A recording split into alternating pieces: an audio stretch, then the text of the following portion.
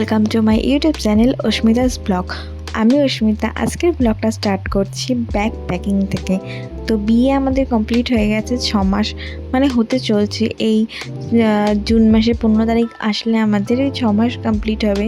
তো এতদিন আমরা কোথাও ঘুরতে যাইনি বা যেতে পারিনি বলা যেতে পারে, কারণ আমার হাজব্যান্ডের ছুটি ছিল না। তো এই প্রথম আমরা বিয়ের পর দুজনা একসাথে ঘুরতে যাচ্ছি। তো আমরা যাচ্ছি ঠান্ডার জায়গায় দার্জিলিংয়ে, মানে দার্জিলিং আর তার অফবিট যে গ্রামগুলো আছে শিটং, তাকদা, তারপর কার্শিয়াং, আমরা এইসব জায়গাগুলো ঘুরতে যাচ্ছি।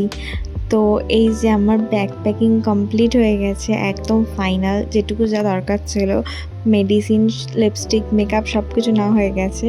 তো আমি এখানে বসে গেছি চুল স্ট্রেট করতে। তো আমরা যাচ্ছি দার্জিলিংয়ে বাসে করে, কারণ আমরা ট্রেনের টিকিট পাইনি, কারণ আমাদের যাওয়াটা 15 থেকে 16 দিনের মধ্যে ঠিক হয়েছে। তো আমরা তৎকালেও টিকিট পাইনি।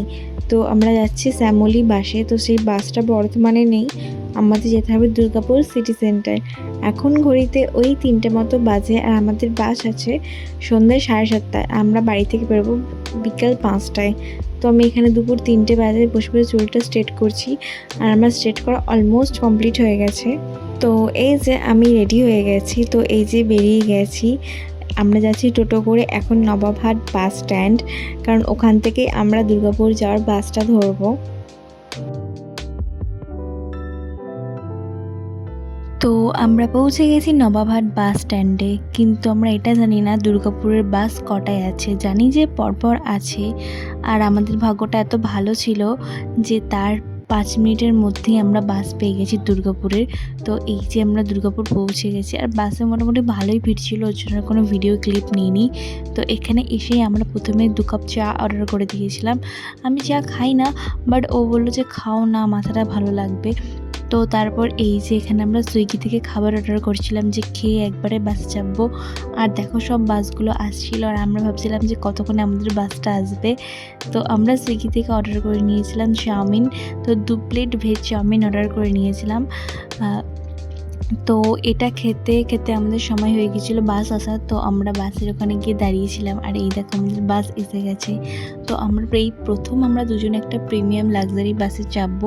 তো সেটা নিয়ে তো আমরা ভীষণ এক্সাইটেড ছিলাম। আর সিটে বসার পর তো তার সিটের কোয়ালিটি এত ভালো ছিল, একদম পুরো সফট গদি, আর এই কার্টেন্সগুলো এত ভালো ছিল, পুরো মনে হচ্ছে নতুন বাসটা। ওরা তো ভীষণ ভালোভাবে পরিষ্কার পরিচ্ছন্ন করে রাখে। তো আমাদের বাসে সেরকম কোনো অসুবিধা হয়নি। আর টিভিও ছিল, কিন্তু আমরা টিভিটা চালাইনি বা চালাতে পারছিলাম না, যাই হোক। তো আমরা টিভিটা চালাইনি। তো এই যে আমি তো বাইরেটা দেখতে দেখতে যাচ্ছিলাম, কিন্তু এখানে ওই ওপারে কার্টেন ফেলার পরে বাইরেটা কিছু দেখা যাচ্ছে না। তো এই যে আমি লাইটটা অফ করে এবার তোমাদের বাইরেটা দেখাচ্ছি। তো এটা বাজে ঘড়িতে ওই 9টার মতো, আর আমরা পৌঁছে গেছিলাম বোলপুর। তো এইগুলো সব বোলপুরের রাস্তা। বোলপুরে আমার সেভাবে কোনোদিন আসা হয়নি। তো একদম না সরু রাস্তার মধ্যে দিয়ে যাচ্ছিলো বোলপুরের রাস্তাগুলো, হয়তো এমনই হয়। তো তারপর ওই রাত্রি 10:30টার দিক করে আমরা দাঁড়িয়েছিলাম একটা ধাবায় দাঁড়িয়েছিলাম। তো ডিনারটা আমরা এখান থেকেই করেছি। তো এই ছিল আজকের ভিডিও। তো নেক্সট ভিডিওটা পরে